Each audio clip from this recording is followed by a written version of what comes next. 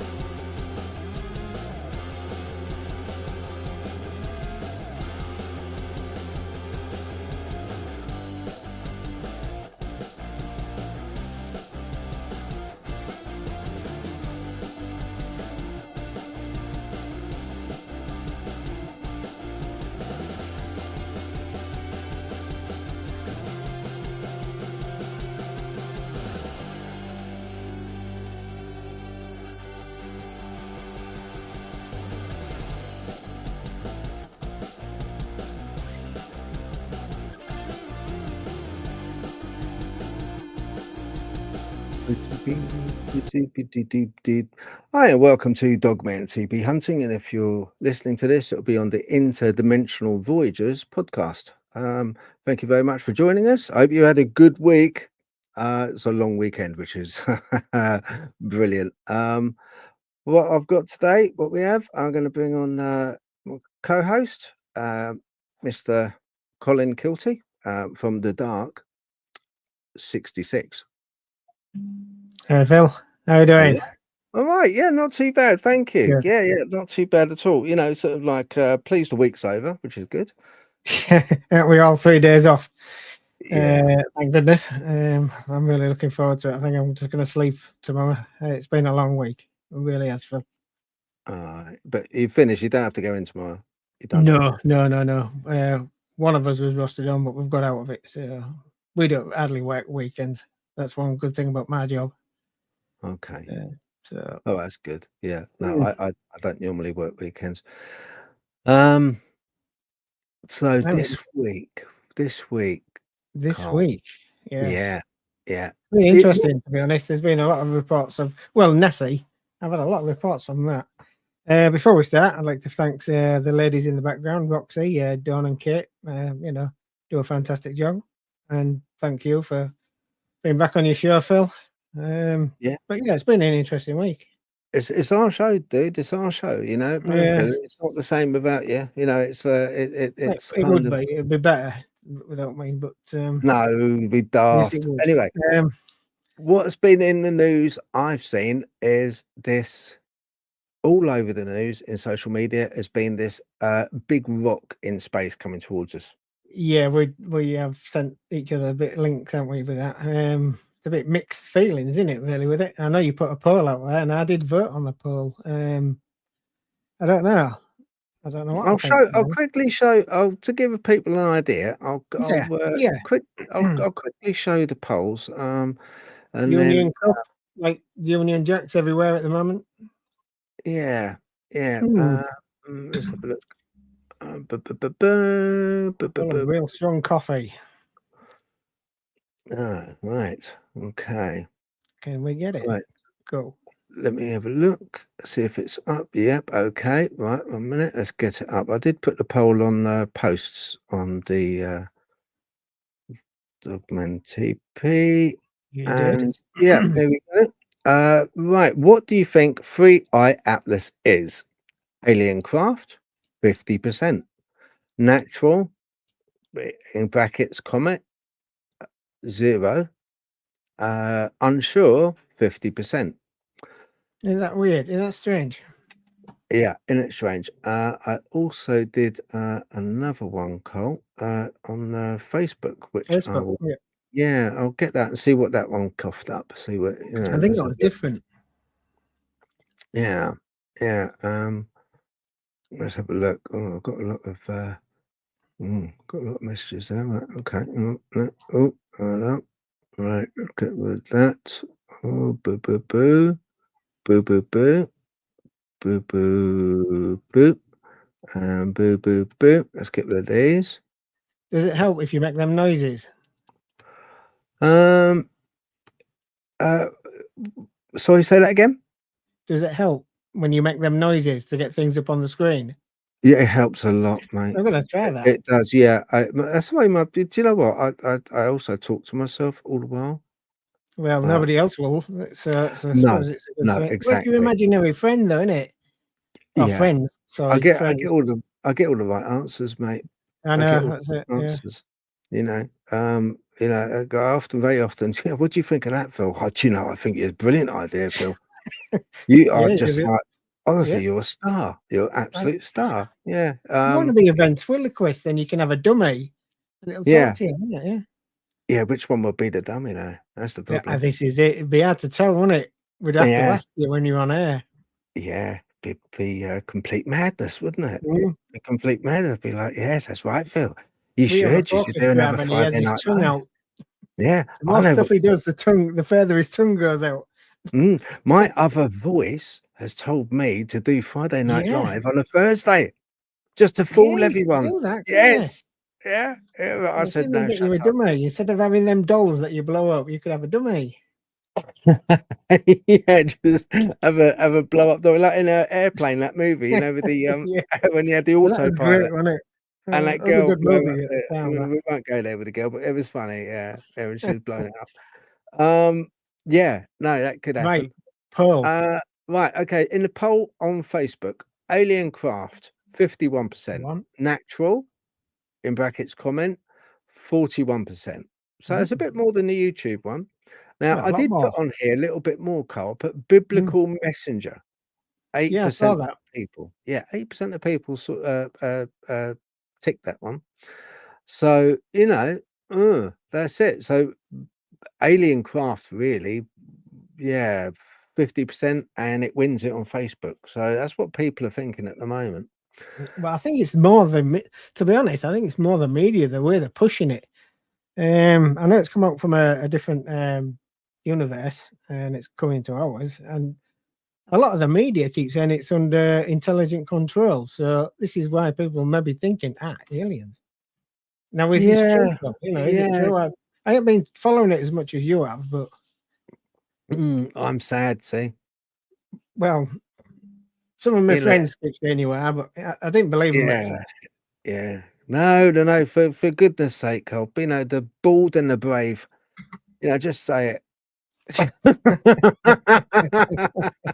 Right, our guest. Well, Yes. he's been on before. Chris.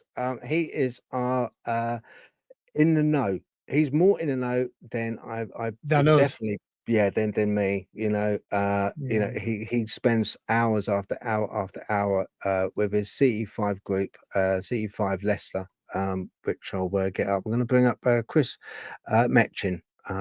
Really nice guy. Hey, Chris. Hi, Phil. Hi, Colin. You all right? Hi, Chris. Good to have you back. Yeah, nice to see you both. Thank you. I'm going to just have a quick look at your. I'm going to have a quick look at your Facebook page. Bring it up now, Chris, just to see what you've got on there and see if there's anything on there. In regards to this. A lot of rubbish on there. a lot of nonsense on there. Yeah, I just want to see what's on there, to be honest. Right, because I like the page. I'm a member of the page. I like it, and I would, if you're interested, people in UFOs, aliens, and the agenda there, and you want some you want some information that's unbiased and just factual. And these people go out and they spend a lot of time looking at the sky, videoing it, photographing it, and all kinds of things. So we've got what's that? Pyramid Builders of the Micro World. Oh, that's cute. Hey, look. Oh yeah, there it goes. Oh, that's nice. Let's go home. All right, you got us up. That's brilliant. When I hear someone talking about Bigfoot, yeah, that's definitely Thank you for This thank is, you for I that. must just slightly correct, I'll just let everybody understand. I just do the admin for the group. There's no, how can I put it? There's no one in charge of the group, or there's no group lead or anything like that.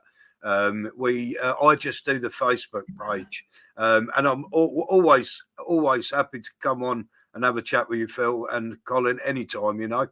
Yeah, I But there appreciate is that.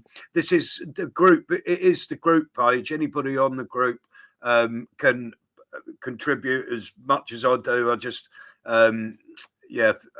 this but you've just scrolled past that, Phil. See this here. Mm. It's excuse me. Its relevance is There you go. Sorry, I thought it was voices in the background. Okay. it's our site where we go to do our C5 meetings. This is part of the complex where we go.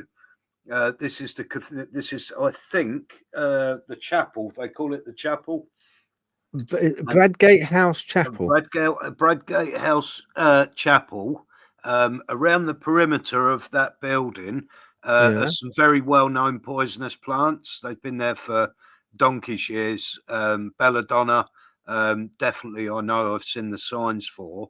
Deadly nightshade. It was, if you know a little bit about history, which I don't, so please correct me if I do stand to be corrected. This Bradgate was home to the 9-day Queen. What was her name? Lady Jane Grey. She was queen for 9 days. Yeah, didn't she get executed? Yes, she did. Yes. And this was her childhood.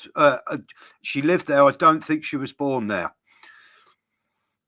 Right. Okay. Oh, sorry. These poisonous plants. Can you send Phil some? I was just gonna say I would have dried them out a little bit, made you a nice tea, Cole. Oh, that'd be nice. Thank you. Yeah, and just like sat there sniggering. And when you said, "Oh, you're not drinking yours," I go, "Oh no, I'm not thirsty. I'm not thirsty, Cole. Drink up." During our when we go camping next, I'll be checking all my content. During our C5 events, we've captured some really, really strange imagery of lights in the sky, red, bright, brilliant, bright reds and pinks. Oh, is that what this is? Yeah, and when this is why I've never really posted. I must dig them out. It's really interesting to see underneath the cloud what we think was red lightning, which is quite rare. Right. Yeah, very rare. It is. I mean, looking. It's amazing. The one thing I would honestly say with that, it is very unusual, but you've got lights directly underneath it. Do you think it was some sort of atmospheric anomaly, which reflection? What, this? Oh no! They're called sprites. This is red lightning. This is a natural phenomena. Okay. It's not a reflection of the lights on the clouds or anything like that. Like I say, the footage we've got, we never captured these, but when we had the footage examined, it was said that is almost certainly sprites. You've had some red lightning in the area, and we caught it. It must have been above the cloud, because through our info, because we couldn't see it with our eyes, but through our infrared camera, the sky it was lighting up, these pinks and reds all over the place. Wow. It was quite incredible. I'm sure I've still got that footage. I'll dig it out for you. Yeah, that'd be interesting. Please, Chris. No problem. And things like this, I find that photo doesn't look like it's AI one or it's been tampered with. No, it's It's unusual, isn't And it? It is unusual. if in the time that looks like it was taken, I mean, I don't think they had props as good as that. I don't think so. Well, No, 90, according to that, 1989. I yeah. beg your pardon. I better read that properly. 57 varieties of alien have been catalogued. So they work for hands then. 57 varieties. Wow. Well, I think what they've categorised them now, and I think it was Eric Davis said to Congress very recently that there's 4 individual species, but it seems like we've got we're part of the primate family. It seems they have families of these things as well that could be possibly misinterpreted as different species. So Yeah, I think it's about a fortnight ago on it, Chris. I think maybe 3 weeks. yeah. So Eric Doe, when did he speak? It was about a month ago, maybe 6 weeks ago. Maybe a bit longer. I'd have to look when, but he's definitely spoken to them. He's made them all aware of what he knows as well. Yeah, I got a link sent to me and I watched a bit of it, to be honest. It's quite interesting. Very interesting. Sorry, You've got, to interrupt. Go on. you've got a cross posted from an original, which is a rival X Factor. We have a major update on the giant comet or alien spaceship coming our way this winter, named 3i Atlas. There's been a lot of hype regarding the object, 3i Atlas, the third known interstellar visitor to pass through our solar system. Some scientists, most notably R.V. Loeb, think it may be an alien object. Here are some of the anomalies we know about it thus far. These are mostly from the work done by R.V. Loeb. Okay, so what we're looking at is front-facing glow, not a trailing tail. Hubble images show a bright glow ahead of the object rather than a tail pointing away from the sun, unlike typical comets. Layman terms, it's like a car driving with its headlights on in the back seat instead of in front. Comets aren't supposed to shine this way. They're not supposed to, no, because you get effects of inertia and also the solar winds. So, but the comets that have been known to have tails going forwards, they have been known to have that, but very rarely, very rarely. Absence of detectable cometary gases. Spectroscopy found no common comet gases, e.g., CN, C2, C3, CO, which is very unusual. Layman terms, when you check its breath, it's not breathing out the usual stuff comets do. It's suspiciously clean. So basically, water and carbons and improbably aligned trajectory, retrograde orbit, but within 5 degrees of the elliptical plane. Chance is 2%. What that means, layman terms, imagine someone swimming against the current but perfectly staying in the main traffic lane. It's not impossible, but extremely rare. So, retrograde orbit just basically means that it's not being pulled by the sun. It's not governed by gravity of the largest body in our solar system. I think it's going too. It's going too fast as well to be caught up in the sun's gravity. So I mean, I've just got an article in front of me. It's actually from it. I mean, admittedly, it's from the BBC, but it is. It does say the glow has been interpreted so far as evaporation of dust from the sun-facing side of Atlas. How true that is, I have no idea. I don't know. The BBC are not the most reliable of information. I just got a very quick breakdown of where they are with it. I think it's a comet. I think it's a comet, and I've got a bit of a theory which I was one of the ones that added. Is this a messenger? Is this quite possibly? Something like this could have been that guided the three wise men to Jesus or something like that, quite literally.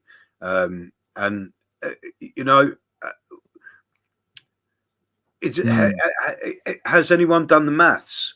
Is it once it goes around the sun? Is it in some sort of elliptical orbit, or where has it come from? Is it an alien ship, Chris? Yeah, that's all we want to know. Chris? Is it an alien ship? That's all I want to know. At the moment, I don't think so. At the moment, I don't think so. I think they're going to get to a point. They're going to be able to see it and analyze it properly, and it will come back. It's already supposedly got ice, water on it. There's detectable stuff on it. It just seems like nothing's coming off it, which is bizarre. So could that be something to do with the speed of it? Is it going too fast to actually emit that sort of tail? Well, I don't know. I don't know if that would even come into it if it was going. I don't know, Phil, but I don't think it's not screaming out spaceship at the moment. It's just not. Right. I want it to be. I really want it. I want them to get a close up on that James Webb. And them see that there's like a mini city on it, or some sort of nuclear propulsion that we haven't picked up yet, or something like that. But I'm going to bring up Larry. He's from the States, Larry Luttrell. Now he is he is a cryptid guy, but I just want to get his take on it from across the pond, see what they think of it. Okay, the more the minds, the merrier. I always think. Definitely. Hi, Larry. Hello. Thank you for joining us, mate. Not a problem, Phil. We're talking about this 3-eye Atlas, this rock that is behaving really oddly. Do you know? You must have known about it. You must know about it. Yeah, I've read some about it, seen it on the news. It's a lot different than other comments and stuff that's come through. So they're kind of puzzled. What do you think it is, Larry? Is it alien ship? I almost have to agree with Chris on this one. I don't, at this moment, it's still so far away, and it's not doing the things that would lead them to believe it's an alien ship. But you never know. The closer it gets, the more they'll find out. I don't think this is. They haven't mentioned that this is steering and correcting. It's not correcting its course. That's that. It doesn't have to, Chris. It doesn't have to. It's on such a trajectory. I mean, retrograde for a start. Okay, so it's kind of like it's not being governed by any planetary body or the sun. Most importantly, correct. Yeah. Also, it's aligned in such a way. Most comments, if you can imagine that is the solar system, a flat disk, right? And most comets come in like with Oumuamua, comes in at an angle, and goes down and then loops back up and comes back up like that. This one is coming in precisely on a plane, only 5 degrees of pitch, if you like, coming down. 5 degrees, that's nothing. Is this I what I've think it's missed? Sorry, Phil. Everything went dead. Have we been monitored? Oh, okay, right. I don't know. Could be. Everything just went weird. Oh, yeah. No, that's fine. Not a problem, Cole. You weren't missed, mate. What have I missed? Yeah, no. Oh, strange. I'm going to move people around because we've got the comments on screen, because I think it's nice for people when they're putting a comment to see their comment on screen. So I'm just going to move Sam over there, right? So you're not in the way of it, back up on my side. Larry. Larry thinks it's a comet. He doesn't think it's a alien ship. Okay. Chris, in Chris's in his opinion, that he doesn't honestly think it's an alien ship. What do you think, Carl? I don't know. I've read 2 accounts of this. It seems to be under intelligent control. It is coming at the angle like you said. I don't know. I'm on the fence. I think it's of some type of, I don't know, maybe satellite from another planet, world, intelligence. I don't know. Could there? I don't think it's a satellite. It's a comet, but I think it's something else. But what it is, I don't know. Like a collision in space, in deep space, and this is just like cosmic billiards. Do you know what I mean? Well, it's apparently it's massive in it, Chris. And it's so It's many the size of Everest, apparently. Yeah. Well, yeah, I got told a bit bigger, but yeah. Bigger, but it's that's huge. That's like Manhattan Island, like it's huge.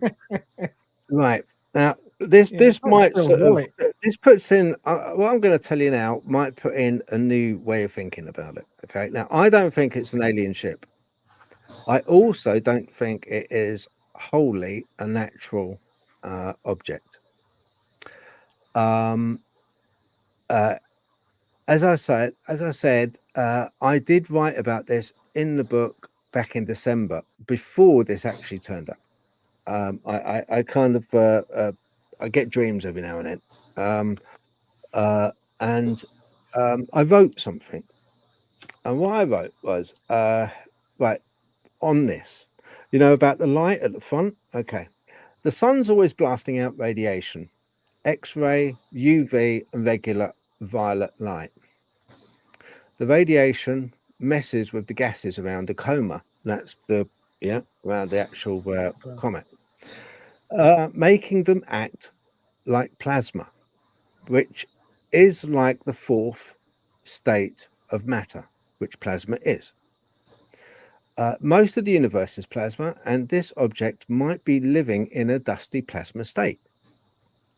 Tiny dust bits, if you like, can grab onto ions, so gas gets ionized and attaches to the dust, staying as plasma.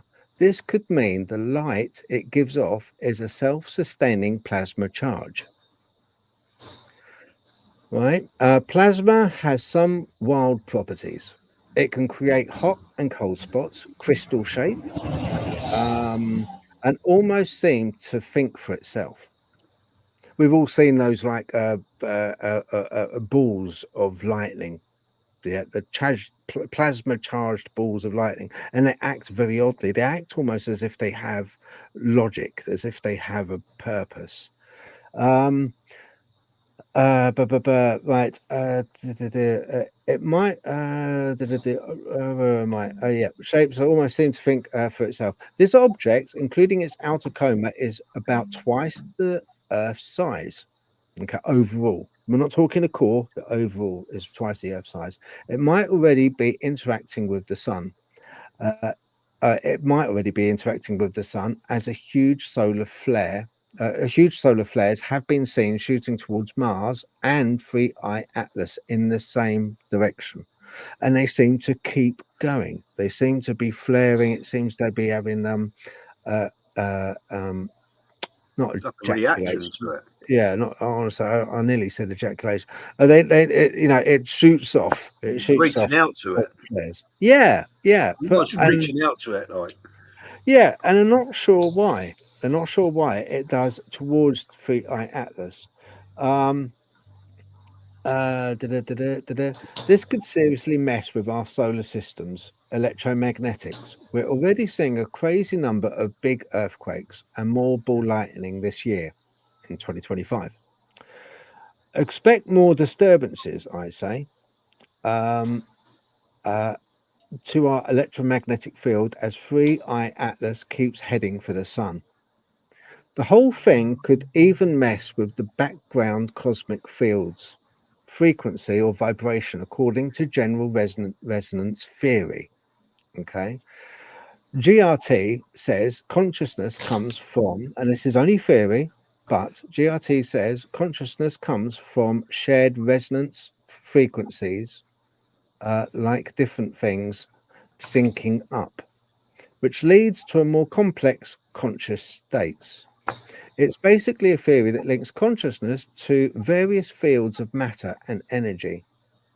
In our brains, this shared resonance helps different neuron groups work together for things like senses, memory, and thinking. So consciousness pops up when physical stuff, kind of thing, syncs up at shared frequencies, leading to information exchange. So, with this, you saw on the thumbnail for this episode, for this week, it was Cole and me on supposedly 3i Atlas saying, "Come on down," and on the thing it said, when I put up the title, I said, "My God, it's full of stars." The reason I chose that out of 2001, the film, as everyone knows, is because when I was talking months ago about expecting something, I didn't know it was going to be a comic, but like another Umnua. When I said that be another one, um, I honestly thought, like in 2001, it was going to be more in the scheme of less of an alien, but it is going to be able to. In 2001, you had a monolith, a black monolith, and every time there was an evolutionary jump for mankind, they would come across the monolith. So the apes would be Yeah, kind of like, yeah. they'd be like going, woo, woo, woo, and then I'm not doing that again, don't ask me. And then they'd see the monolith, and just at the moment, one of them picks up a bone to use as a tool, because that is a quintessential moment when we started using tools. When we went to the moon, quintessential moment, saw a monolith there, and then we go on from the moon into further into space. So at every stage of human evolution, I think this we can think in our infancy, which we are in at infancy. I think this 3i Atlas is going to be around. It's going to be around for a while. It's going to suck, if you like. It's going to be more highly charged with plasma. It will probably interfere more with our electromagnetic fields around Earth. It will interfere with the earthquakes. It will cause disruption. But also, what it will do, I think it will probably change people's consciousness from the point of view of an evolutionary change mentally, not physically, obviously, unless we grow wings and fly around. But I think mentally, I think it's getting us ready. I think we had the two smaller ones. Now we've got this one, which is very, very different. So that's my thinking on this. Yep, sounds good. Interesting. Again, where is this? Do we know where this thing's come from? Are they saying this has come from like constellations, Sagittarius, or have they got like a backtrack on this object?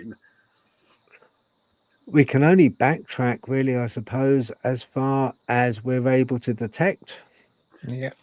And then, I suppose if they could get, I suppose again, it's still July, August, 6 weeks. If still too early to get real proper data on it, I suppose.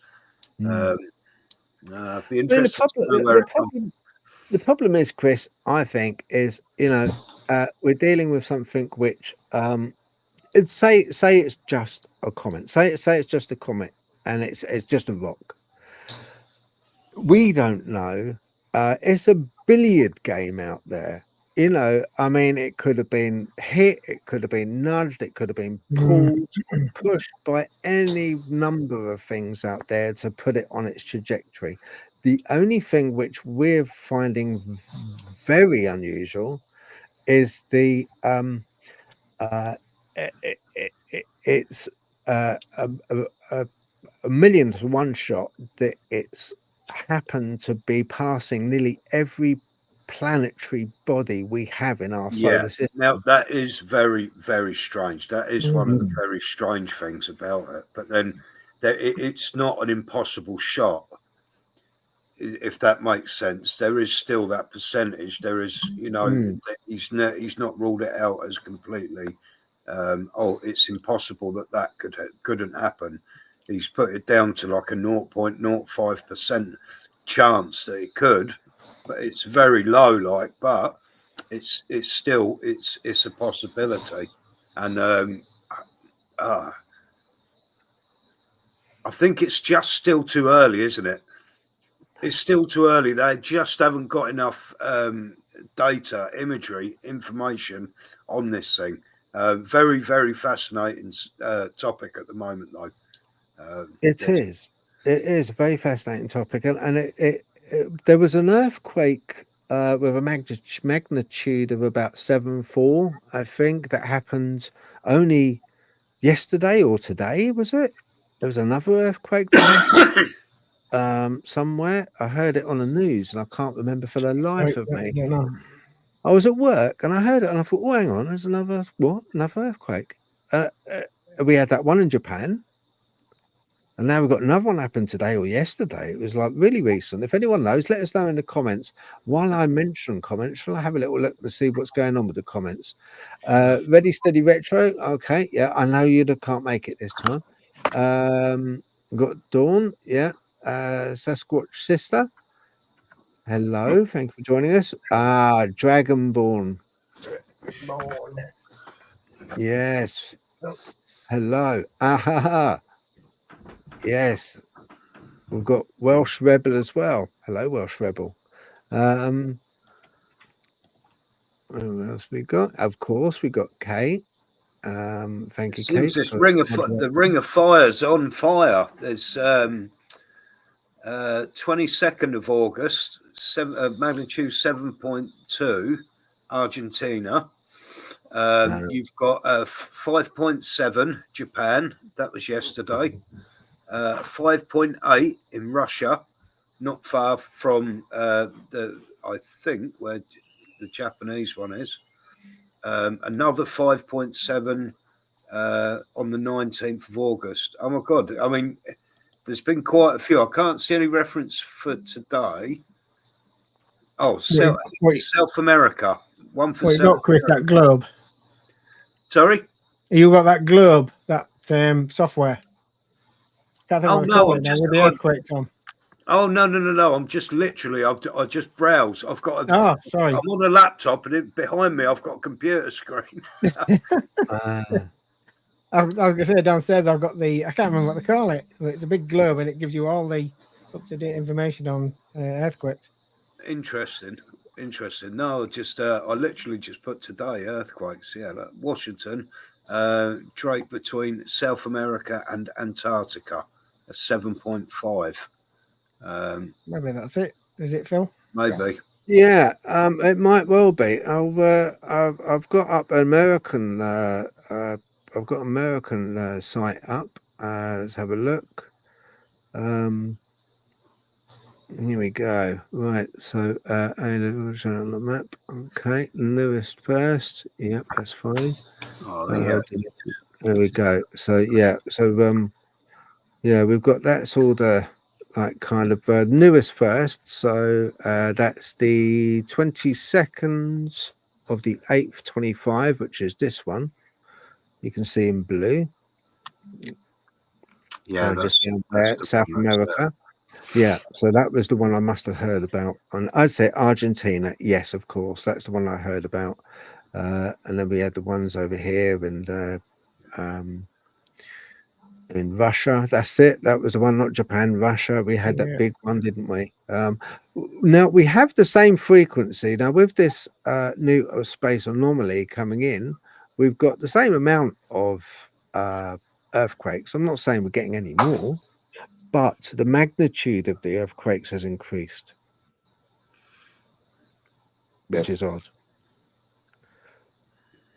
And the more, there's a lot more reporting on them as well, seemingly. I know we get every single day there's earthquakes, isn't there? And you can measure like one on the Richter scale in most places on a daily basis.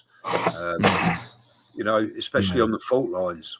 But just in the past month or so, it just seems everything's going off at once. You know. And what do you guys think of this tsunami? There was a tsunami a few weeks ago. What do you think, Carl? I've got a little while ago. There was actually an earthquake in the Midwest too last week. In the Midwest?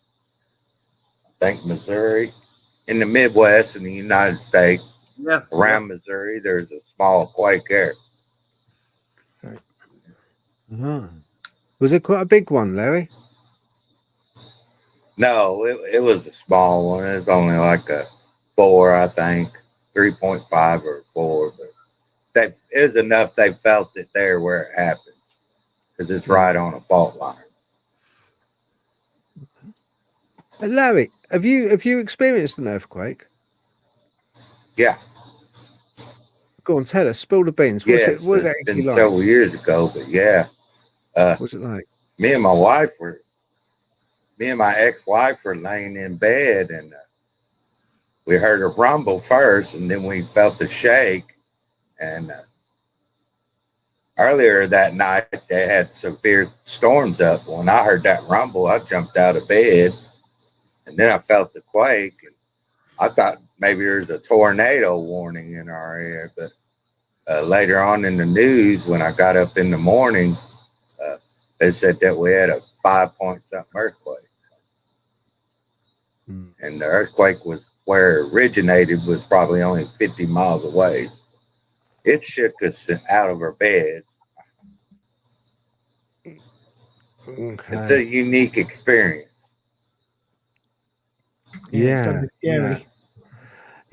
There's no earthquakes that go on in our bed. I know that. I'm too knackered. I'm too knackered, to be honest. But it's it's one of those things which I've never experienced one. And but I've only seen like CCTV footage where you kind of like, and it's almost, I tell you what it looks like to me. It looks exactly like, you know, the old Star Trek series where they're all they're moving the set. All the people are wobbling around because the special effects are just like, right, okay, we're in the Klingons are attacking. Everyone move to the right. You know? It looks like that on CCTV, doesn't it? When you look at an earthquake, you know, tins of beans falling off and this coming, you know, people wobbling around. It doesn't almost look real sometimes. And I thought, oh yeah, I wouldn't mind just, you know, seeing what it's like. Thanks for that, Larry. I appreciate that, the input, you know. You're welcome. I hope I never feel one again, but unfortunately, the Midwest is on a pretty good fault line. They say we're due for a big one, but let's hope it's a long time from now. There's some that could do some real damage in America, couldn't it? Yeah.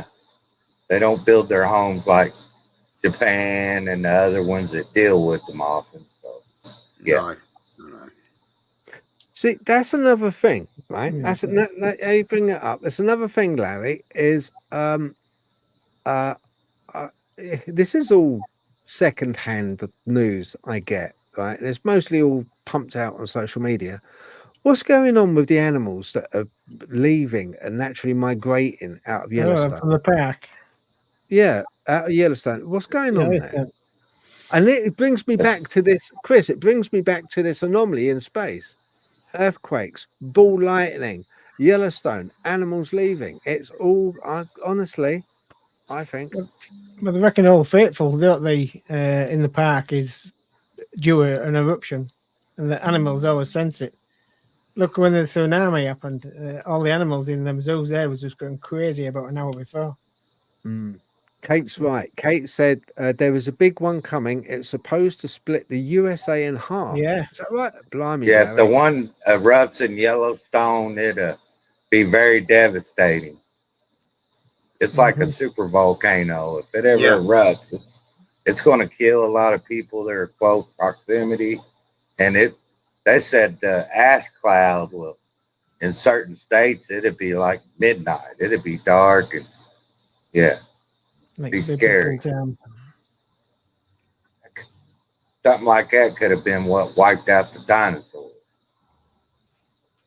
Yeah. Yeah, it is the aftermath, isn't it? It's like the ash that it kicks up. You know, that's the problem, because it goes up into the hemisphere, and that's it. As soon as it blocks out the light, that's it. Sayonara, isn't it? You know, it's you know. They said it'd be 100 times bigger when Mount St. Helens erupted. Yeah. It took half the side out of that thing. Yeah. Do you know what, Larry? We had, when Mount St. Helens erupted, I don't know if Chris and Cole know if they experienced the same, but I remember when it erupted, and the one thing that really, I just washed the car, right? I had an Audi ATLS, and I just washed it. And I went to bed, woke up next morning. I was only young. Woke up, and it was pride and joy. You know, it's like kind of a real nice kind of old banger, really. It's only about 400 quid, I think, I spent on it. But and I washed it, and went out in the morning. Blow me down sideways if it wasn't covered in red dust. Yeah, I remember that. Mount St. Helens. Yeah. Well, they actually, in parts of the United States, even in the Midwest, they put out advisories for people with like COPD and asthma and any kind of lung problems to stay inside, because that ash went everywhere. We are quite lucky over here, aren't we? We are. We didn't get them, but only Manny ones. Yeah, every now and again you'll see news that like a 1.4 has been measured in Yorkshire, or it's just it's nothing. It's not enough. Not for them guys. I know. We should be grateful for that, definitely, that we don't get too much like that. Gotta be devastating. I think the other big one's the Canary Islands, isn't it? There's a big volcano on the Canary Islands, and they think if the side of it drops into the sea, like similar to Mount St. Helens, it will push a tsunami to the west coast of America. The whole west coast would be affected, and that it wouldn't. That would also filter up the English Channel. It would affect anyone on the coastline of the English Channel. All sea defences, if anything over about a metre, sea defences would be totally overwhelmed. So dangerous times. Very dangerous times. So. Sorry. No, go on, mate. Go on. No, that's fine. What I was going to say was, what is the next? What are they? Are they obviously still gathering data regarding 3i Atlas? But have they got a plan for that? Have they got all telescopes on this? Is James Webb going to this? Yeah, are they going to send something to look at it? What are they going to do with it? Well, RV Loeb, they have got by Jupiter, I think it is. They've got a satellite over there, which is going to be made redundant. because it's come to the end of its life, but with a little bit of thrust and a little bit, they could get it to cross and meet this interstellar anomaly. It's just a case. I think he had a word with the Congresswoman Nancy somebody, who was at the congressional meeting at that time. I forgot her name now, her full name. But he had a word, Harvey did, with her to try and get NASA, I suppose, a space agency, to move this probe, Juno. That's it, Juno. The probe was called. So to move it into the trajectory of, so it cross paths with this anomaly. Whether they do it or not, I don't know. They don't seem to ever be that proactive, the American Space Agency, for some reason, when it comes to things like this. Like But Ivy that Loeb does said, tell you. it would, yeah, no, it wouldn't take a lot for it. It would take a bit of fuel. They'll It be would, watching it. yeah. And there was another one as well, which is a Mars, another satellite, another probe. I believe it's at Mars, which they could also use. I think that's Cassini satellite as well. They're trying to track with it, the Cassini satellite. You've got the Gemini as well, which actually took the shot. Yeah. And you've got Hubble, and so I'm not sure. I don't know. They have got. The problem is, Chris, if it goes beyond October, right, it's going to be in our vicinity in October. That's when it's going to be like, boom, we'll be able to see it, and we won't be able to see it well. We'll need really high, powerful binoculars or good telescope. Telescope. If at all, we might not be able to see that.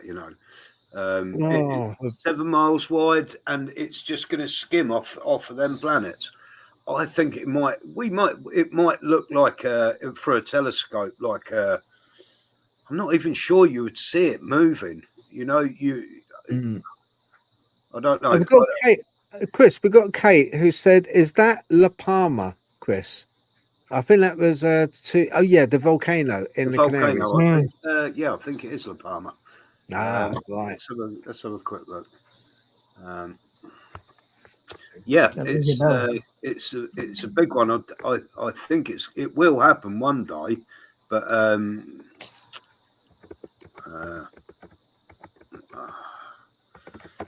volcano.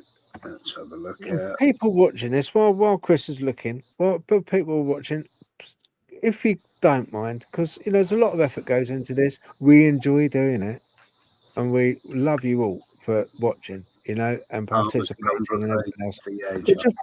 If you could give it a thumbs up, that'd be brilliant. Absolutely fantastic. It helps no end. If you feel in your heart and you want to do a super chat, please, by all means. Obviously, if you want to subscribe, the Dark 66, really great channel. Give that a like and a subscribe, and of course, Dogman Teepee. It all helps so that we kind of, in a way, it's so that including with Chris with his Facebook page, okay, CE5 Leicester, it all helps because we're only small groups. We're not big, massive like Joe Rogan kind of channels, anything like that. And it just helps to know for us that we're bringing the right content for you. Yeah. And if we're not, leave a comment. Let us know what you want us to change in it, and we will change it. We'll do our very best to change it. Okay. But yeah, it just helps. So thumbs up, like, subscribe, share it. Super chats. Check out my shop. Yeah, got a new t-shirt. I don't know if you like it. Yeah. But it all helps. It helps everyone's channel on here and Facebook page. And it's you people at home that have that we're doing it for. Just so that we can get some input, some people kind of like, the more minds that think about this type of thing, that's why you're so important at home. Anyway, that's me done. Sorry, Chris, you were saying. Oh no. I wasn't. I didn't say anything. It is La Palma, I think. Oh, it's big pardon. Yes, it's It's got. I've just had it up. There's a name for it. It is called Cumbra Vega Volcano. I think, and that's on La Palma. And I think it gives a lot of little eruptions, and it gives a. But if the flank of it, if the flank of the volcano, if it was to go and a big eruption, and the flank was to fall into the sea, that'd be a massive issue, like huge issue. Yeah, for everybody. Yeah. All right. Listen, Chris, I know you got to leave off by 8. Thank you all very much. Nice to speak to you. I'll jump off now, Phil. Okay, mate. And, I'll catch up with you soon. All right. All right. Speak to you soon. Bye, Chris. See you, Chris. Lovely. What a nice bloke. Yep. Still got another nice bloke on, Larry. Yeah. Yeah. Yep. Larry, now, you sent me about. First of all, what I wanted to ask about is the migration of these animals from Yellowstone. What do you think is going on with that, Larry? I know it's a big question. That could be, like Colin said, that could be scary. They might sense something. Yellowstone, they've been predicting that it's time for eruption. They don't know how severe, but animals moving and migrating out there could be they sense something or their food source is starting to run low. Like you got grizzlies, wolves, cougars, and if their food source is running low and they have to compete with other animals, they'll find other territories. So it could be a number of different things. I'd rather hope that they're migrating for food than sensing that volcano there is going to blow. Yeah. Okay. There's a few things which now you did send me something on Thunderbird, didn't you? I sent you a few things on it. Yeah, I'm just gonna get this up. Actually, I'll tell you what I'll do because I can make it bigger if I do a screen share. Let's have a look if I can get it. Let me Thunderbird. There we go. Right. Okay. We have to make it a bit bigger now. Oh, right. Okay. So 1977 Lawndale incident. In July 1977, near Lawndale, Illinois, a group of boys were playing when two large birds swooped down. Oh, I think I've heard of this one. One bird reportedly grabbed a 10-year-old boy, Marlon Lowe, with its talons, lifting him a few feet before dropping him. Multiple witnesses described the birds as having black feathers, a white ringed neck, and a wingspan estimated to be over 10 feet. Some accounts mention a beak like that of a Andean condor. Didn't they get a video of that? Because I remember this. Yeah, did he get a video? Yeah, one of them had a cine camera, didn't they? Was it that one with the charm? I'm back. Sorry about that. Interruption. That's all right, mate. No worries. Yeah, I don't know. Ask Larry. See if he knows. I'm just going to sort this out. Larry, we need to. Was a video? Larry, was a video? Was there a video? Yeah. I've seen this incident on like a documentary that had different kind of cryptid encounters. I don't know if there was a video for sure, but there was a group of kids out playing in the yard, and a couple adults witnessed it also. So, and they had like a slew of sightings in 1977 in that area. So. Okay. We've got an old one here. You sent me another one, an old one in Alton sighting, 1948. A man and his son in Alton, Illinois, reported seeing a large bird with a torpedo-shaped body flying at 500 feet, casting a shadow the size of a small airplane. What the hell? That's awesome. That'd be scary. Something that big could fly down and pick up a car, maybe. I mean, they're in Reports- the native mythology anyway. But, aren't they? Yeah, I've got Good. reports from Shelbyville have been documented, including Lake Shelbyville. Some sightings suggest the Thunderbird may be a descendant of Territorn family, extinct large birds of prey. Yeah, I thought that was pretty neat. Yeah, for sure. No, Some people, tried to push it off on saying, "Oh, it's a condor." I don't think they travel that far. From all the witness accounts, it's way bigger than a condor. 10 to 12 foot wingspan or bigger, and it's big enough to swoop down and pick up a kid, and then it dropped it, but I think it did it out of fear because the mother and 2 adults run towards the kid when the bird had picked him up off the ground. yeah. That'd be scary. I'm sure there's some video. I'm positive, 100%. There might be a video, Tom. Not actually But the kid getting picked up, but the video do it when it was going away. I'm sure the father had a cine camera or something. If you get hold of the video, sling us just a looking, link I can't. over. Yeah, sling us a link, and I can always try and put it on. Yeah, I'm going to have a look for it when we finish. I'll have a, Yeah, we'll do it on next week. We'll put it up just to remember. I'll Yes, put a note. Gary. Yeah.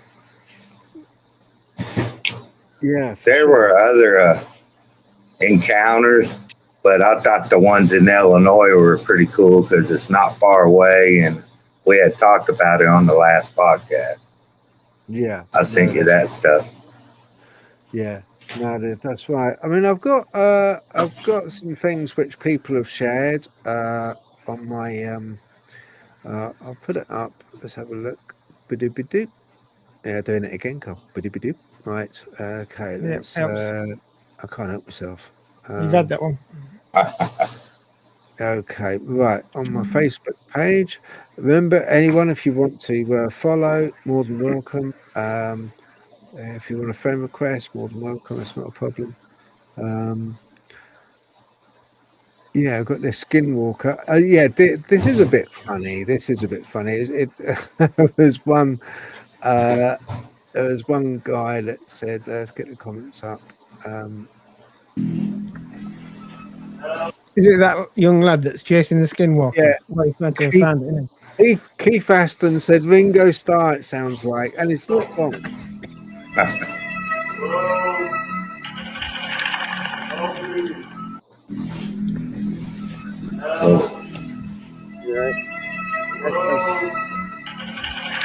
I mean, that's got to be scary.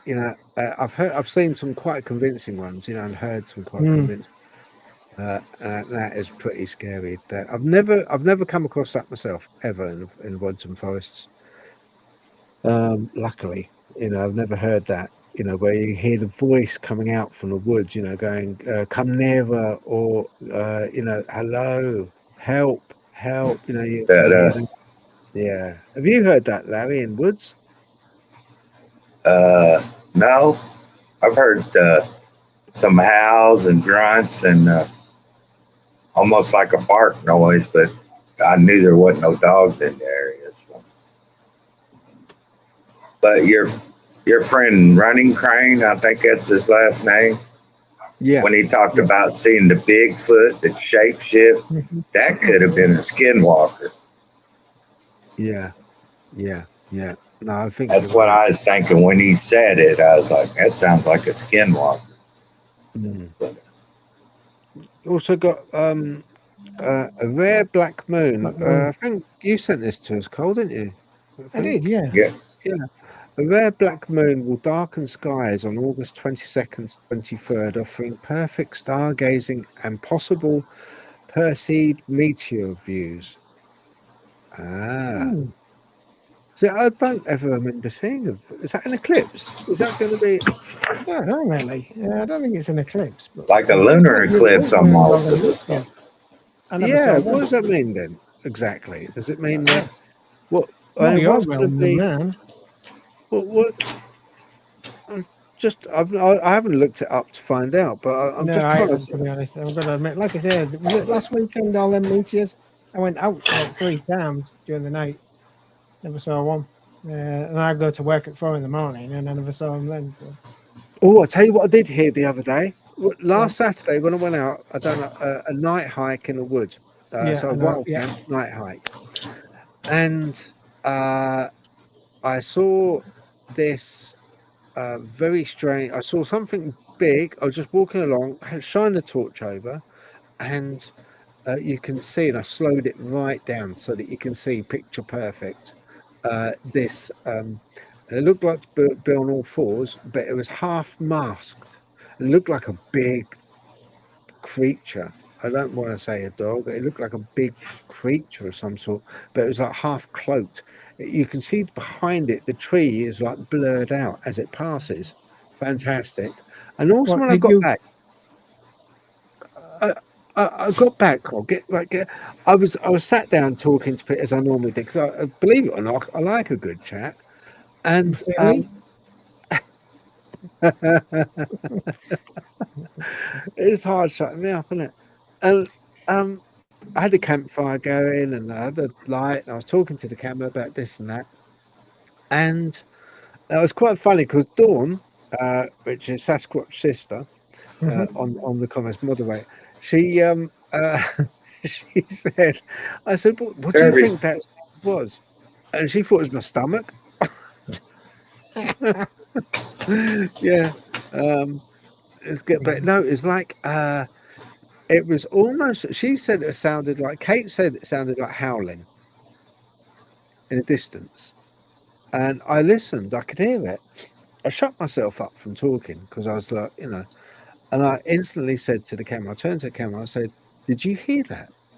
I hope it picked that up. And when you listen back, you can hear like distant howling, but like howling you've not heard from any fox or anything like that. Sure, one Really dear. clear. Yeah, really clear. Yeah. Definitely send me it. Yeah, I'm going to post it. It's going to go up 9:15 tonight. It's going up. It's on my channel. I'll probably be in London. Definitely check it out. Yeah, Yeah. check it out, Larry. Yeah, it's going to be up straight after this. Well, not long after this. It will give you time to have a cup of tea and a cup of coffee, and then check out the video. Or some gin. Yeah. Yeah. Get me some. A bit drowned out, Phil. Get me some. Yeah. Yeah. Let's have a look. Hey, Dawn. Oh, yeah, Dawn said sounded like you were, blew off. She said it sounded like I blew off. But Yeah, that's all he. It's yeah, full of wind anyway, Dawn. I am. Yeah. Is that you, Larry? That noise? Yeah. Is Yeah, that a your truck stomach? just went by. Yeah, right. A truck just went by. It blows I'm my sitting ears. in my barn. But I got the door up. If you Okay. hear something like that, it's a vehicle going by. Okay. Yeah. No, it's But we nice. ain't getting a bunch of trains today. Yeah, like last time. Yeah. Oh, yeah, the trains last time. Oh, I see. Your Dan Williams is in the chat. Hey, Dan. Oh, hey, Ben. Nice to hear from you. Yes. Hello, Daniel. Thank you for joining, mate. Yeah. Do you know Dan, Larry? Yeah, I see no Daniel doing. He called just a little bit ago, and I was like, I'm sorry, Dan, I'm on the podcast. And when I answer my phone, it cuts the cast out. I told him I'd talk to him later. Yeah, he's a great guy. Great guy, Dan. Yes, he is. Yeah. He stays busy. Larry, what I wanted to ask you was, we've asked you about Dogman, we've asked you about cryptids. Now, a lot of times with cryptids and with Dogman, they go hand in hand with other instances of paranormal. This thing sort of opens an individual up to be more susceptible to other things happening. Can I ask you, Larry, has anything else happened to you that you can talk about? Maybe that you would put under the banner of paranormal?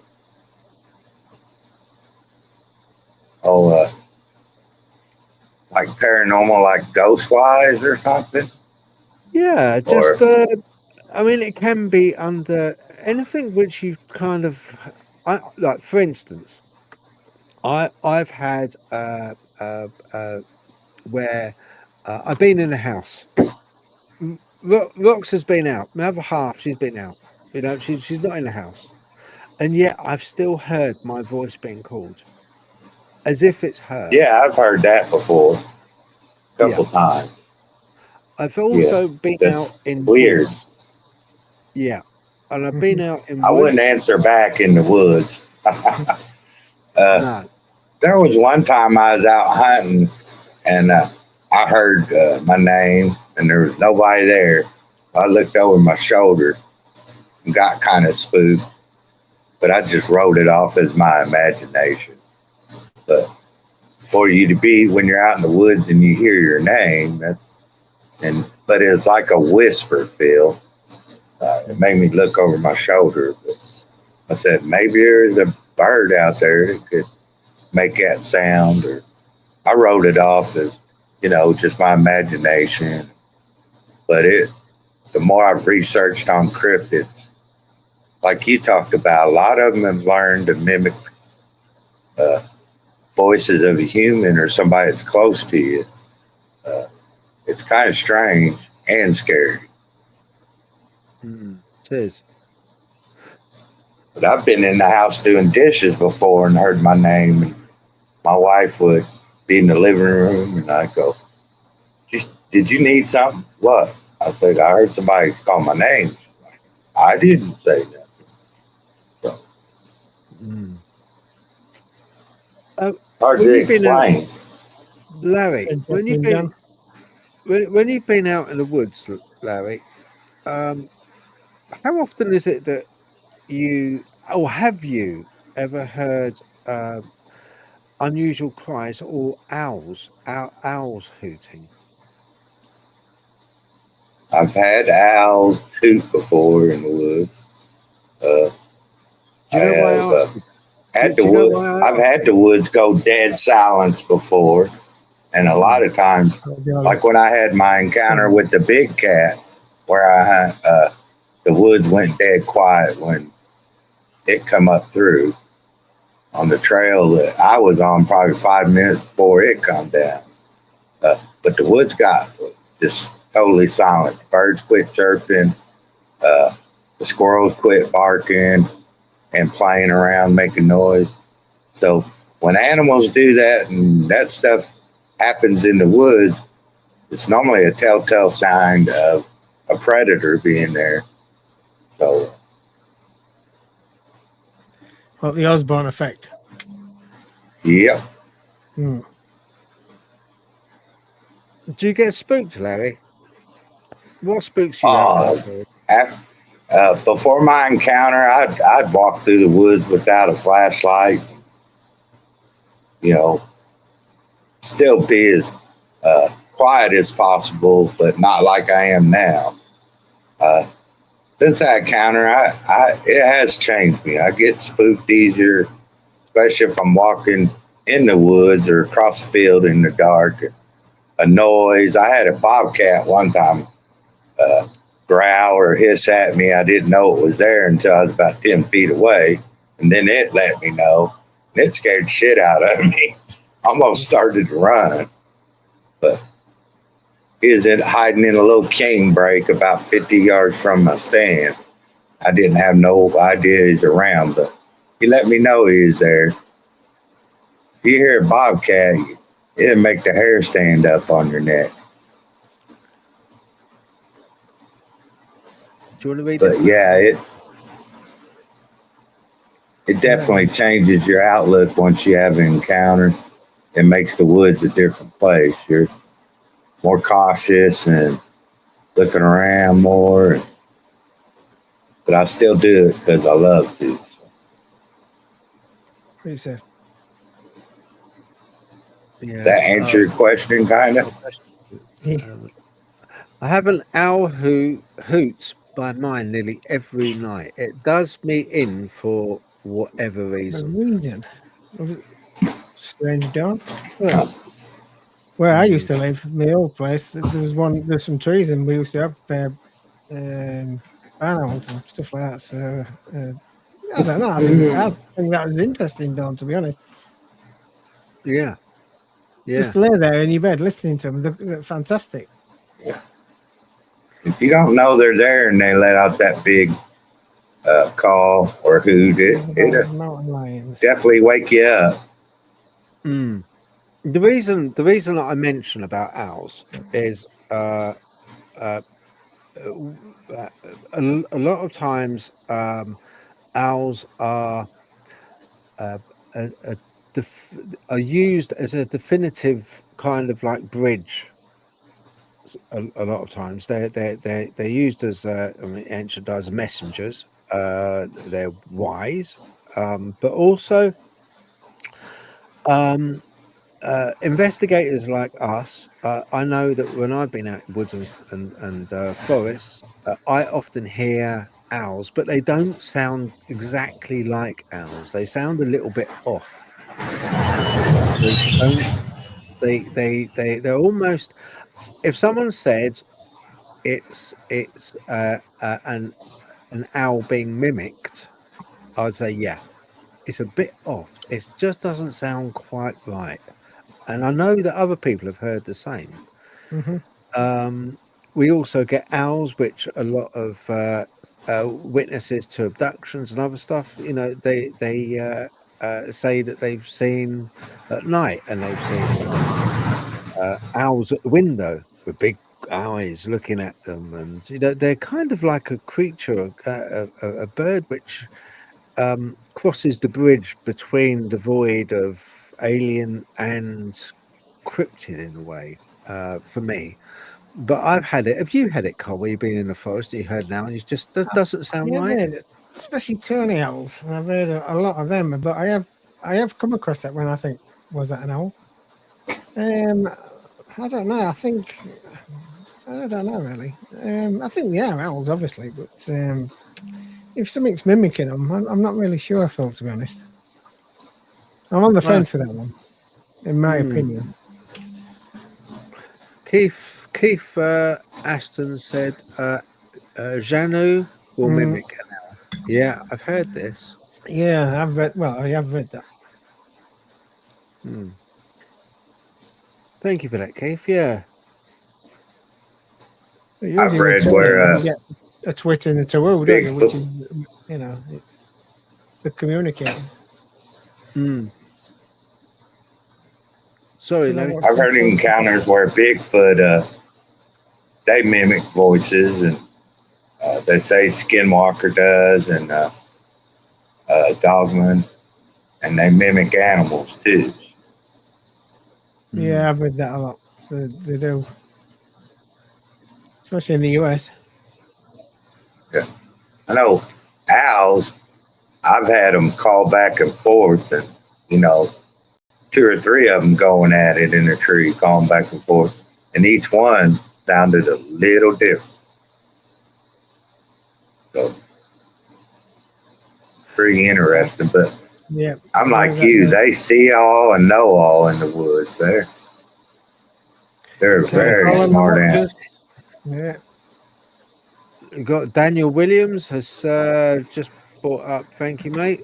Brought up a message saying Bigfoot can mimic voices, animals, and slap trees. Yep. Now, you see, I don't know about the slapping trees. I've heard it. I know you've heard it as well, Cole. You know, that knocking.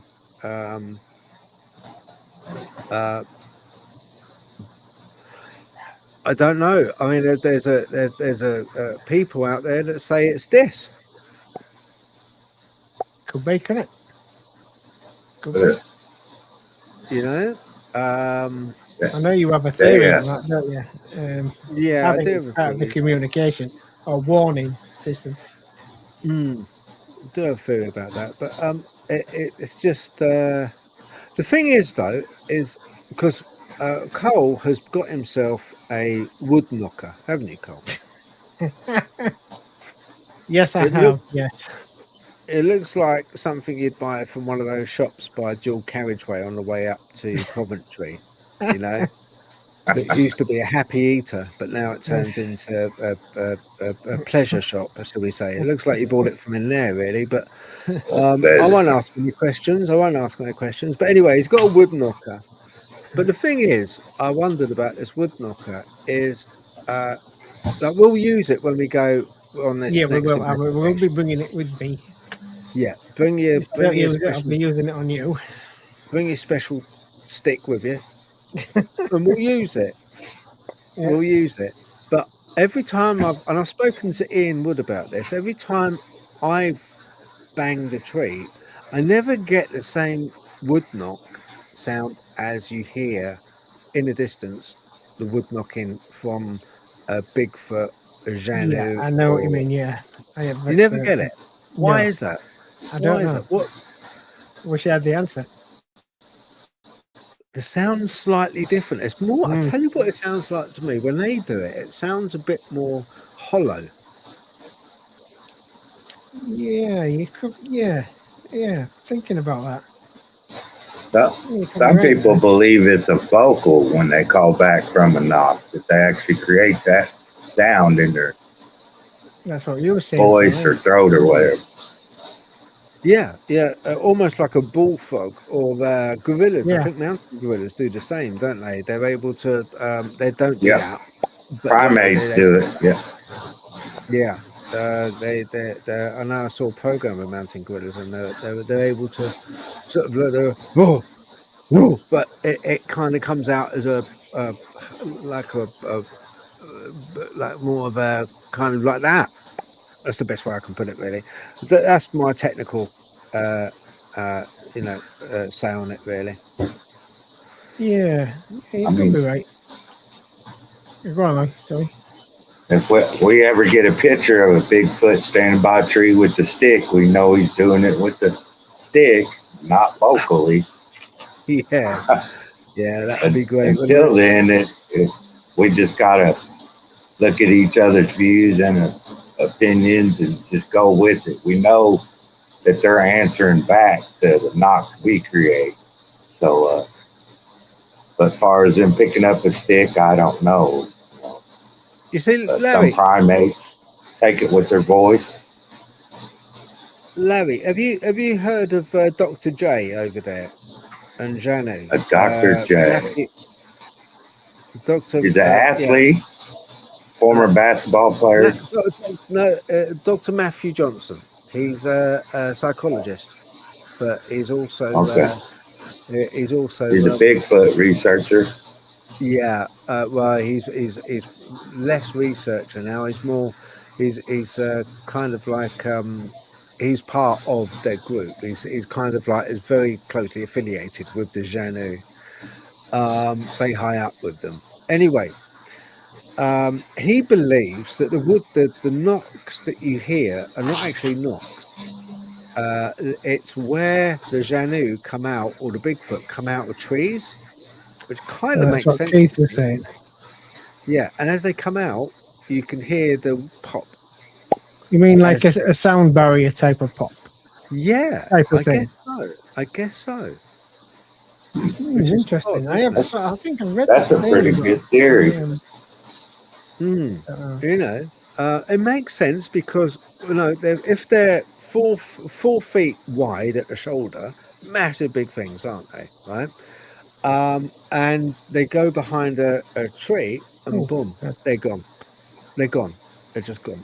And you think to yourself, hang on, it's almost like a hall of mirrors. You know, when you get there on those mirrors and they're kind of like at 90 degrees, and you're able to move your leg and your arm up, and it looks like, it's almost like that. You should be able to see them, but you can't because maybe like they got a cloaking device.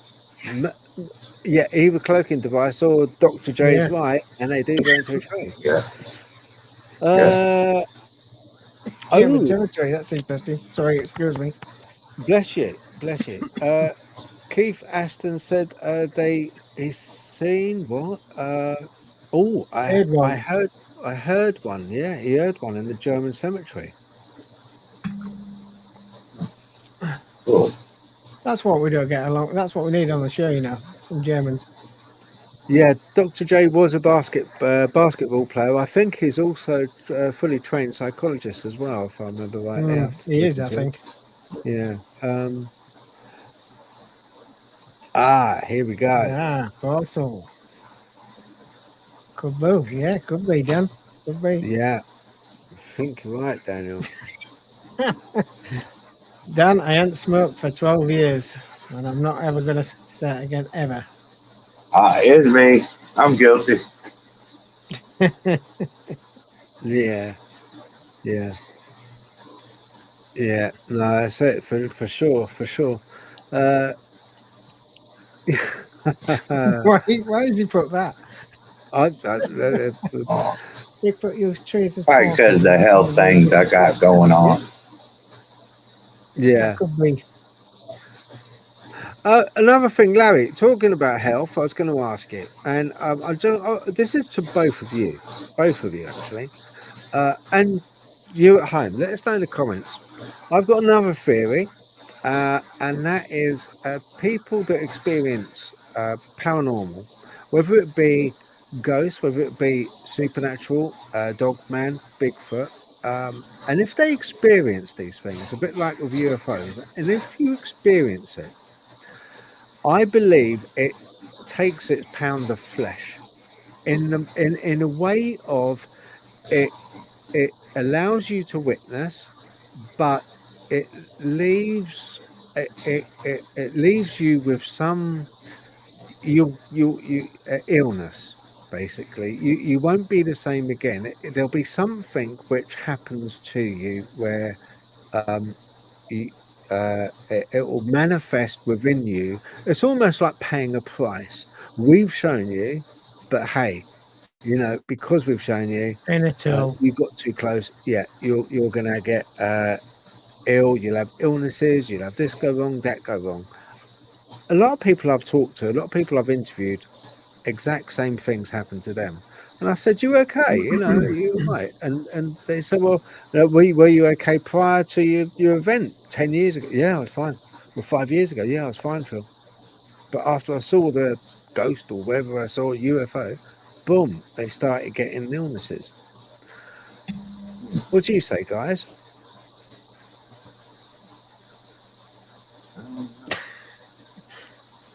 That's an interesting theory, though, but it could be possible. I know, just whether your event or encounter was terrifying or it just scared you, like you said, that lives with you. It's never going to go away, and it could create some kind of stress that we're not aware of or worry, and we all know that's bad for your health. It's going to create health problems. So it's possible. Yeah, possible. I have seen ghosts. I have seen spirits, I think. But I've never felt ill. The only time I have ever felt ill is when me and you was together. And we went into panic, into that real thick. We climbed up there, didn't we? And got into that thick scrub and got into that. And I started to feel claustrophobic. I started to feel sick, headaches. And that's the first time there was that something doing that to me. Because I am not claustrophobic. You can put me in a small space and I'll never get. I said to you, didn't I? I don't feel too good. I feel claustrophobic. I want to get out of here, Phil. Phil, I need to get out. Yes, I know. I don't know. I don't know. Was it something I've had? Was it something doing it to me? I don't know, Phil. I can't. It was quite a sketchy place, wasn't it? It was, yeah. It was very, wasn't it?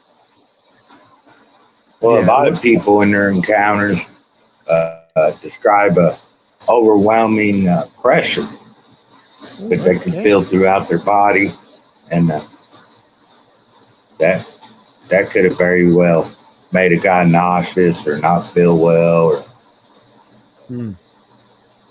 it's just weird. I mean, with Cole, I do. It's I get it as well. I've had it before. The one really bad time I had where I felt nauseous, really nauseous. I did throw up. not on camera because but was Camden, a place called Camden Wood down in Sussex,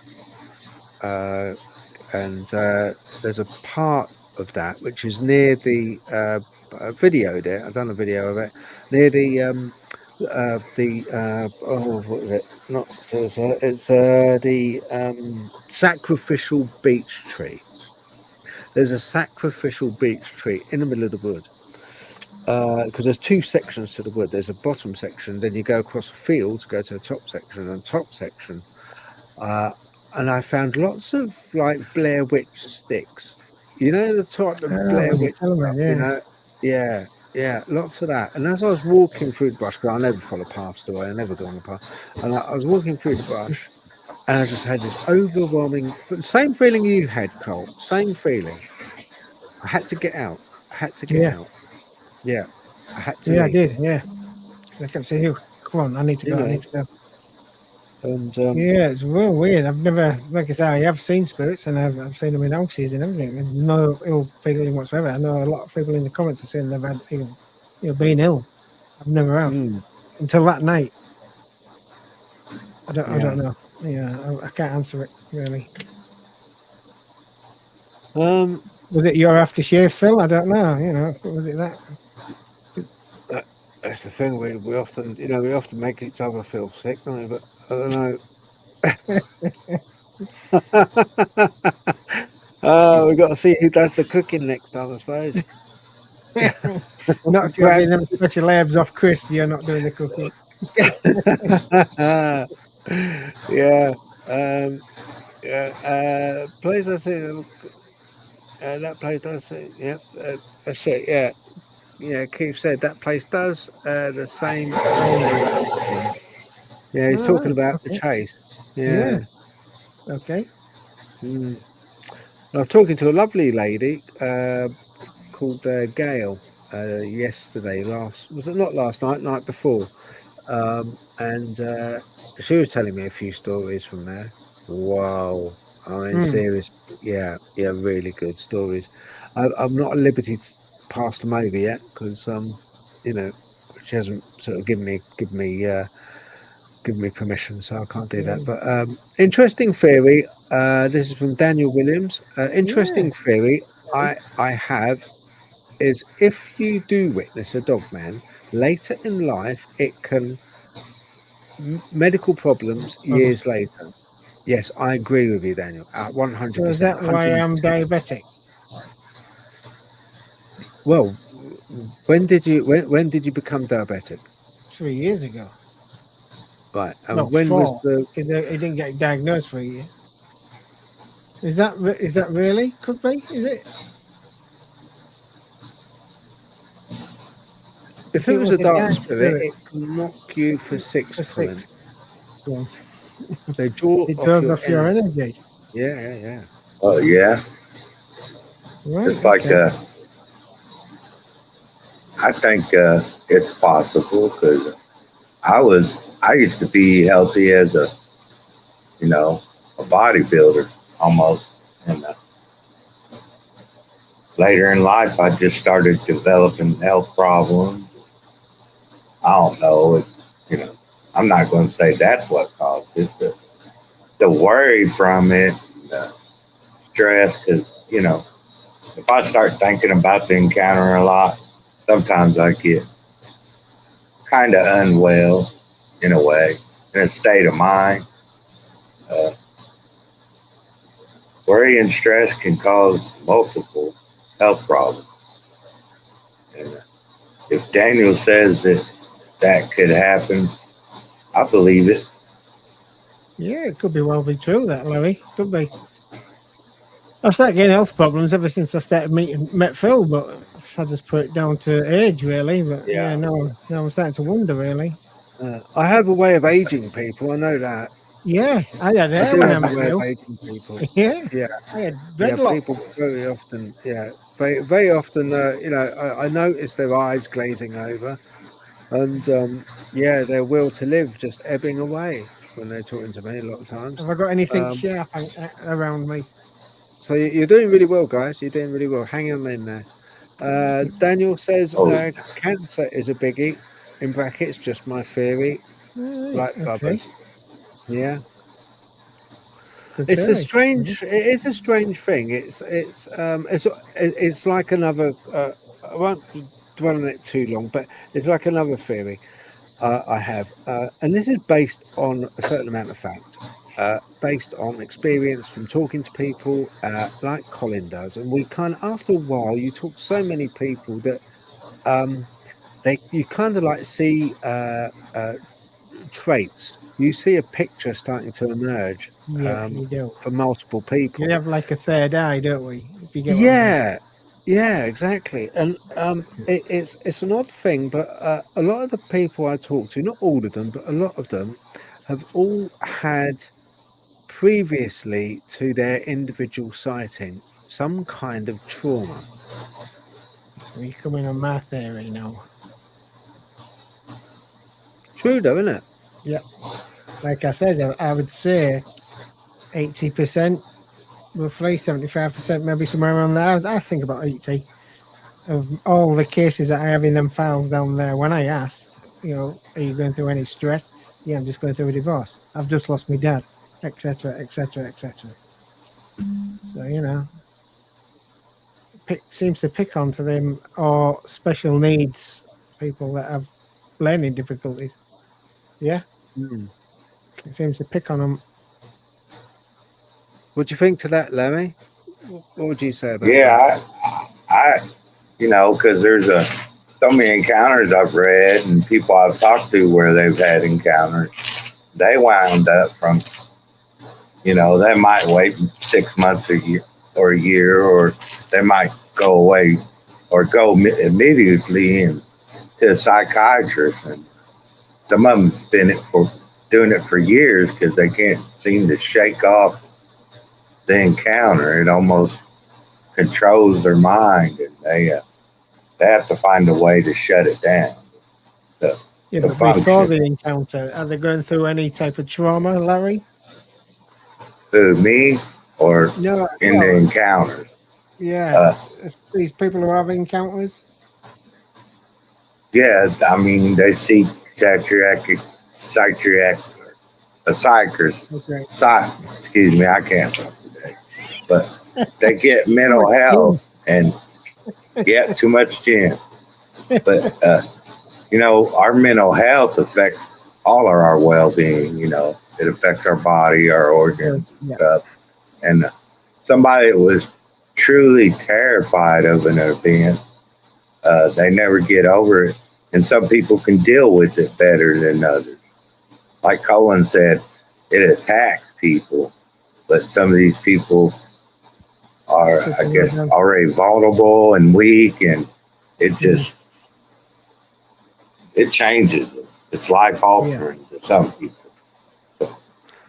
It does, yeah. Something like that can affect your body, period. It does pick on the vulnerable. It's like I pick on you, Phil, isn't it? I would say. No, that's it. I'm just a sitting duck for you, and I, it's like, you wish. I wish I had some bullets. That's why he's got that tree knocker. That's Larry. That's why he's got the tree. When you see it, he sent me. It's not for the trees. I know exactly. It's not for the trees. I see why. I see why Phil's got gray in his beard now. Yeah, I know exactly. Yeah, exactly. It's like kind of. That's why he dyed his beard.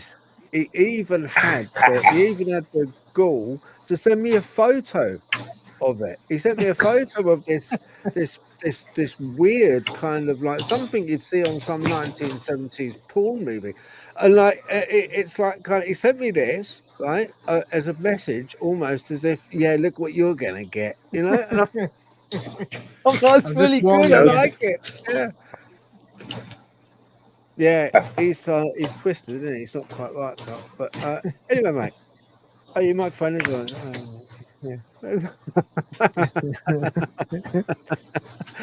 Yeah, silver bullet. That's what he needs, Dan. You're right.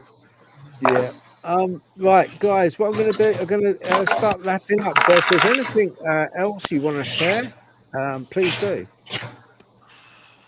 Can't think of anything. My brain's dead at the moment. Did you read that short story about Teddy Roosevelt recording an encounter of two trappers? Read that. I sent it to you. Yeah, when he was out hunting, wasn't he? Yeah, no, they were trappers and they were up in the mountains. I read that years ago. The borders between Idaho and Montana, and one of them got killed. But Theodore, our president Roosevelt at the time, he talked to the survivor. That his name was Ballman, I think his last name, and he believed the guy and was so interested in it. When he wrote a book, what's the name of the book? Okay, the book title is The Wilderness Hunter. Right. Okay. So if people want to check that out, our former president Teddy Roosevelt, Theodore Roosevelt, wrote the book, and he included this encounter and a couple other in the book. But it's about his life in the wilderness, people he's come across, and wrote their story. But he was a big hunter, wasn't he? It was a big. That would be. Oh yeah, he loved it. He's the one that made Yellowstone a national park. Yeah. His love for the wilderness. Pretty good. If you read the book, I haven't read it. I just read the short piece that I pulled up. And, he may have an encounter of his own. I think I've heard that he had, but I'll have to research it a little. But I think he had an encounter himself. I can't remember the exact date, but yeah, I know he did. That's why he got into it a bit in a way. I'm going to download that book on audio and listen to all of it. I think it'd be pretty interesting. Yeah. I'm going to download Phil's when it's out because I have problems sleeping. Yeah. Hurry up, Phil. We need to sleep. Yeah, I know. I'm trying to get it done. I'm nearly there. I'm not far away. It's because you've got to, I'm trying to aim for about 60,000 words. So that's what I'm aiming for. And there's no pictures. Yeah, it's all words as well. There's no pictures, so you won't like it very much, Joel. You said there were some pictures, and you're going to send me some coloring pages. I'll do a comic version for Carl. Yeah, please, if you don't mind. Send in the book and some crowns. Yeah, that's it. Yeah, that's it. I'll do audible version. Yeah, that's it. I'll do the voice as well. Now, Colin, what happened was I was 8 years old, Colin. Are you asleep? Wake up! You just seem to have that. Especially for you, mate. Especially for you. No, it's not. Daniel just said, it's not easy writing a book. It's really not. I mean, the time is the. No, I can't wait to read his. It's time consuming though. Yeah, I can't wait till this one's out. As soon as he's out, I want to get him back on the show. As soon as he's about to bring it out, I'd like Daniel to come back on the show just so we can go over it, discuss it, and kind of. I want a signed copy, Dan, and I'll give you the money. Yeah. Well, I want a signed copy as well, and Colin will give you the money. Yeah, if I cost that. Yeah, but no, for sure. Well, definitely, Daniel, when you get your book, then if you can get you back on, that'd be fantastic, just so that we can, get it out there. Appreciate what you're going through. Yeah. I've been trying to write, man, for the last 6 years, I think. Keep doing a page and then forgetting it for about 6 months, doing another bit, forget. It's hard work. It is hard. It really is. You're 24/7 with all this. I'm not. I shut off. Even though it's still in my brain, I seem to shut off. And I mean, I go to work doing my job, but you're 24/7. Isn't it weird? You text me every day with threats. Do you know I can't help it? I honestly can't help it. I can't. And I love it. Honestly, I love it from the point of view of I'm genuinely intrigued by a lot of the stories, and I just can't sort of leave it Thanks, Dan. alone in a way. And it does take over your life. I It mean, does. Yeah, no, I agree. a lot of times I don't get to bed until 1 o'clock, 2 o'clock in the morning because I'm chatting to someone in the States, or Is I'm that what chatting to time she someone lets you back in? in the UK.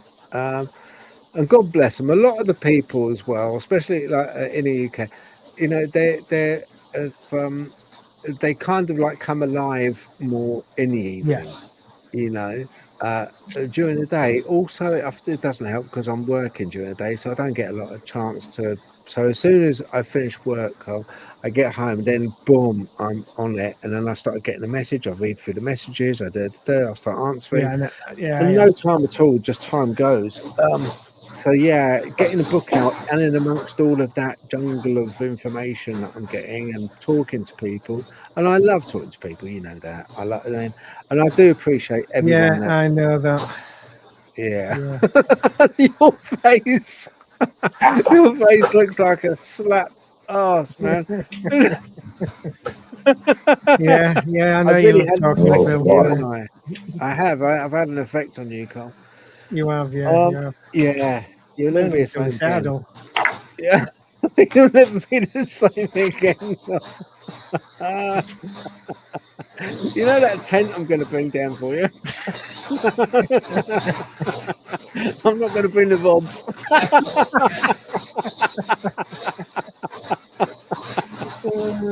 I'm going to say You something can back just there. wrap It's yourself so up in crude. it. Yeah, just wrap yourself. Where's Cole? Oh, he's wrapped up in that tent. It don't matter. I've got my Mummy. stick anyway. I can put my little stick up, can't I?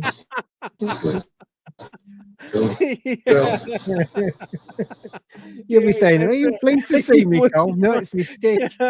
It would knocking stick. Yeah. He shut the whole thing down. Oh man, I tell you, Larry. Oh, you got to come camping with us, Larry. You got to come camping with us. It's gonna be just, Thank so wrong. I'd love to But go it's so to wrong. America and do some documentaries over there. Yeah, yeah. Oh yeah, Yeah, definitely. that'd be cool. Yeah. Yeah. Okay, fellas. Right. I thank Right. you for that. Yeah. I enjoyed that. That was a damn good bit of hilarity. Yes. Yeah. I think I don't know. I might have squeezed an anal gland there, but I appreciate it. Honestly, all your time, and you at home, I appreciate it. And Larry, have you got anything to mention from the point of view of any pages you got, or do you want to promote anything? Just to remind the people about the Cryptid Wrangler group page, and then we got like 4 other ones. We got a new one called Cryptid Encounters, where it's based on encounters only. It's a baby though; it just started. So, all you got to do is answer a few questions, simple questions, and agree to the group rules, and we'll let you in, and you'll become part of the family. It took a long time to get people out of there that ridiculed, judged other people, and trolls, because we try to make it a safe group. We pretty much got it that way now, but every once in a while you'll have something break out, but we deal with it and go on. We're all there to have fun, share experiences, and gain knowledge. So come on over and join the groups, and you'll learn more than you think. All right. And thanks for having me, Phil, once again. Thanks, Colin.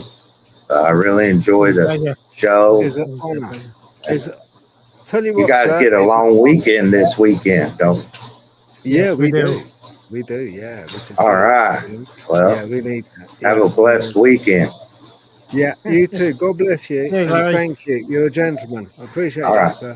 Okay. Take care. I Bye-bye. appreciate Oh, cut off. Oh, dear. Yeah, Oh, you've well. got an habit of that. I know. Your Yeah. fingers too itchy. and it's like, oh, and I think I've got a sensitive. I've got quite a sensitive, touchy thing. Yeah, on my, My stick will cure that. Don't you worry. I'm sure it will. I'm sure Yeah. it will. That was a very interesting, good show. That was nice. Yeah, I enjoyed that. it was more relaxing than out else than I mean, Larry and Chris, they're absolutely fantastic. And like I said, and Roxy and Dawn and Kate that do in the background and putting all the questions up, brilliant, absolutely fantastic. I don't think you can get any better, to be honest. No. And the people that tune in, we could do with more. But yeah, for taking the time to listen, well, especially to listen to you, Phil. Well, maybe if I shut up, we might get more viewers and listeners. I reckon we would, I reckon they would pay. I bet if you put a donation to keep Phil quiet, I bet people would put money in, I think maybe a GoFundMe. You should start a GoFundMe. Yeah, it's a good thing that. Let's put up a good fund, GoFund Keep Phil Quiet fund. Even I'd put money in. I'd be like that. My bank will be empty in a week, wouldn't it? Yeah, I'm sure you would. Yeah. I'm sure you would. Yeah. Anyway, Hello, I'm Roxy. off. Hi. Hello, Rose. I just popped up to agree with Colin, actually. Thank you, Roxy. Thank you. I just think keeping Phil quiet. If we could we get GoFundMe or a sponsor? Yeah. Do you remember the old sponsor forms where you used to go around and get your neighbours to sponsor you for 50p to be quiet for 5 minutes? Yeah. We are talking about 24 hours of silence. That cannot. Whoa, no! I mean, I would pay for that. That can't happen. I even talk in my sleep. I can believe it. Oh my God, he does. He does. He mutters away. It's like, I'm like, what? What did you say? And it's absolute nonsense. Absolute nonsense. Well, there's no change there then, is there, Roxy, really? Awful. Yeah, sometimes it's I do. I remember. The thing is, I'm 2 o'clock, 3 o'clock in the morning, and bolt upright in bed. And all come out of my mouth is like, "His knocking stick." Just remember, if you put your tent next to mine and you start talking in the middle of the night, you'll see me knocking stick. Or maybe he won't. Maybe that'll. Yeah. Then you'll be asleep. Yeah. Oh dear. Anyway, with that, thank you, everybody. You guys. And thanks for having me on the show again. Thanks, Roxy. Like I said, you're part of the show, Cole. You're part of it. You don't have to say that. You're part of it. It's not having you on. You're part of the show now. You're part of it. So there's no, sort of thanks for having no getting out of it. Then can't I break my no contract? No, there's no getting out of it, mate. No, no. Yeah, it's hard to break a verbal one, isn't it? There's nothing in writing. You can't rip up. You can't rip up a piece of paper if it doesn't exist. No. Right. Anyway, I'm going to go. And thanks, everybody. It's a brilliant show. Like I said, if we can get more on this show, it'd be brilliant. I think so. It'd be really good. But on your way out, guys, and check out Cole's the dark. I've 66. got something new coming up soon. I ain't even told you it, Phil, but you'll see. Well, there you go.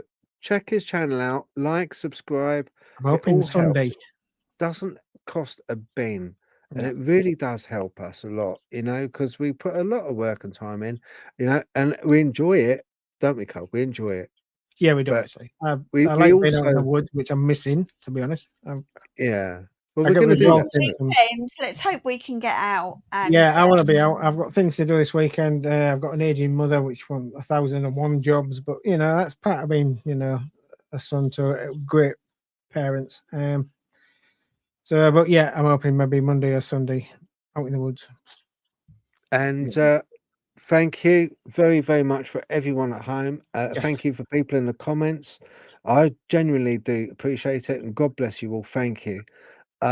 If you want to watch me stumbling around the woods at 9:15, my video drops, so you get enough time to put the kettle on, make yourself something, and watch me stumbling around in the dark. But listen at the end, and you tell me what you think is said, or is it a howl? Is it someone's voice? Is it me blowing off? Or is it a howl? That's the enigma. You're gonna have to send me that because you know. Is it wind or is it wind? Yeah. What a thing to do. And he left the room. Do you see? I know, he does it. His finger happy, isn't he? He's gone. I actually think that's it, you know. I think he's quite happy because I got my 100 at boxing the other day. So he thinks I might be around a bit more to cook dinner because he starves unless I'm here. So, yeah, I am. I think we've got about 4 minutes left, I think, haven't we? I think so. Well, I'd just like to thank once again all the people in the chat today. Yeah, some of them are brilliant. Yeah, well, a lot of them are all brilliant. And Daniel, he's been great as well. Mm-hmm. He said he wants to come on anytime, which is lovely. Yeah. And for Chris and Larry as well today. Yeah, it's been really lovely. They're brilliant guests. You could just listen to them all day, couldn't you? Just unlike Phil. Good. Yeah. Oh, he's like Marmite, isn't he? Really. Yeah, he is. I think actually you virtually spend more time with him than me. Actually, so there you go. Really? Yeah, and you're going away. You're going away with him. So. I know. That's even more worrying. Yeah. And again, going away with him again. Yeah. Right. I'm going to go. Thanks everybody for watching. I don't know if Phil's still running this, but thanks, Roxy. And I'll see you next week. We'll see you next week. Well, guys, whatever you're doing over this bank holiday, I hope you can get outside and enjoy what's left of the summer till it goes away, and see if you can find anything interesting. And if you'd like to share it with us, please let us know. You know where we are. And we'll see you next week. Cheers. Bye.